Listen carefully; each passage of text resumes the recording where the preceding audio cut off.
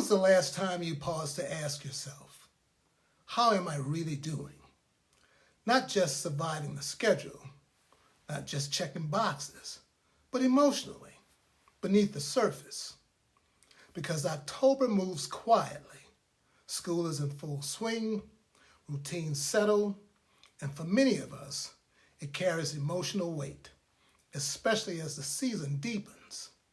We adapt, we push through, but rarely do we stop to reflect, and that's what today is about.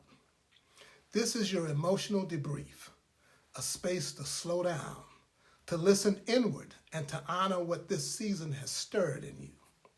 Whether you're feeling grounded, overwhelmed, or somewhere in between, you're not alone. Let's take a breath together. We often move from one season to the next without pause. We shift gears, we adjust schedules, we adapt, but emotionally, we rarely stop long enough to ask, what just happened inside of me? That's why emotional debriefing matters. It's not about overanalyzing every feeling. It's about honoring the fact that feelings exist, that they shape how we show up in our relationships, our work, and our sense of self. October is full of transitions.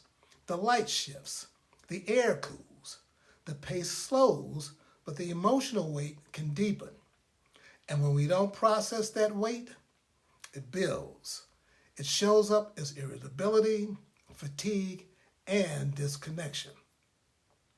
Emotional autopilot is real. We get so used to pushing through that we forget to check in. But here's the truth. Reflection builds resilience. When we name what we're feeling, we reclaim our self-confidence and our power. We stop reacting and start responding. Emotional debriefing isn't just for trauma. It's for transition. It's for growth. It's for the everyday moments that deserve to be felt, not just survived.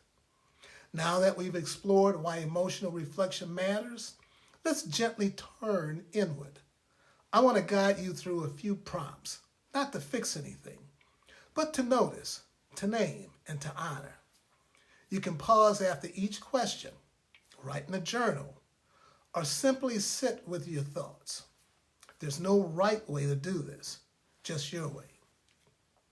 I want you to ask yourself these questions. Number 1, what emotions showed up most often for you this October? Number 2, what moments felt heavy and why? Number 3, where did you feel most connected and where did you feel most alone? Number 4, what surprised you emotionally? And number 5, what do you want to carry forward and what are you ready to leave behind? Reflection isn't always comfortable, but it's always clarifying. And clarity is a gift, especially in a season that asks so much of us. Whatever surfaced for you just now is valid, it's yours, and it's worth honoring. Let's talk about what tends to surface emotionally in October. Because even if your experience is unique, you're not alone in feeling the shift. Transition fatigue in October may feel calmer than September, but the emotional wear lingers. We're still adjusting to pace, to pressure, and to expectations. Lingering grief and remembrance is there too. October holds space for quiet grief. Whether it's personal loss or collective memory, this month invites reflection. There's also seasonal sensitivity. The light fades earlier, the air cools, and our bodies respond to these changes. Some feel grounded, others feel a dip in mood or energy. And there's relational recalibration. This simply means relationships change and shift. There's less time and there's more stress. In addition, you may take on new roles. When this happens, it's easy to feel disconnected, even from people you love. And then there's harvest energy. Gratitude and growth fit around this. October's a harvest month, a time to reflect on what you've sown and what you've planted emotionally, relationally, and spiritually. So if you felt tired, tender, or tangled this month, you're not alone. You're human. Now let's talk about how to reset, not with hustle, not with pressure, but with rituals. These small intentional acts that help us realign emotionally and relationally. There's the weekly emotional check-in that you can use. Ask yourself, or someone you love, how are you feeling really? Then you create a cozy corner. Use any space that's comforting and relaxing to you.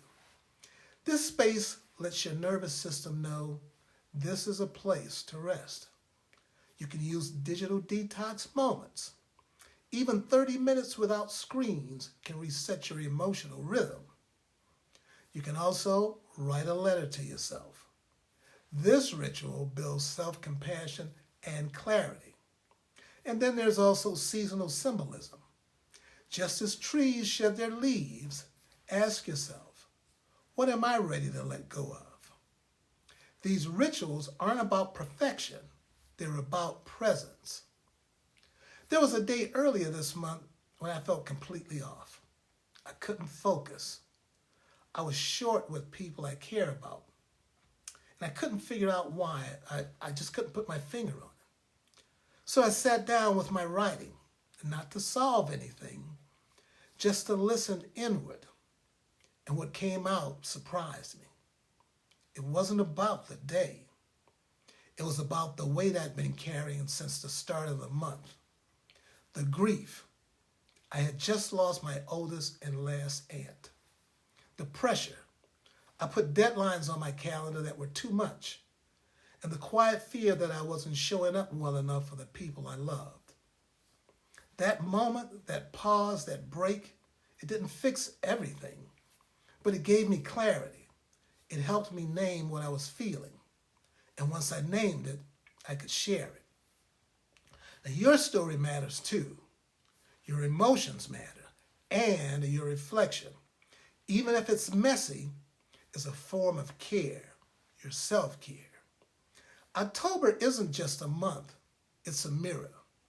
It reflects where we've been, what we've felt, and who we're becoming. And if you've taken even a few minutes today to pause and reflect, that's powerful, that's healing. I want to leave you with one question. What emotion defined your October? And what do you want November to look like, to feel like? Drop it in the comments, or write it down, or share it with someone you trust. Next time, we'll explore how to check in on your relationships and why that check-in might be the most important reset of all. Until then, be gentle with yourself. You're doing more than you know. You take care and stay connected.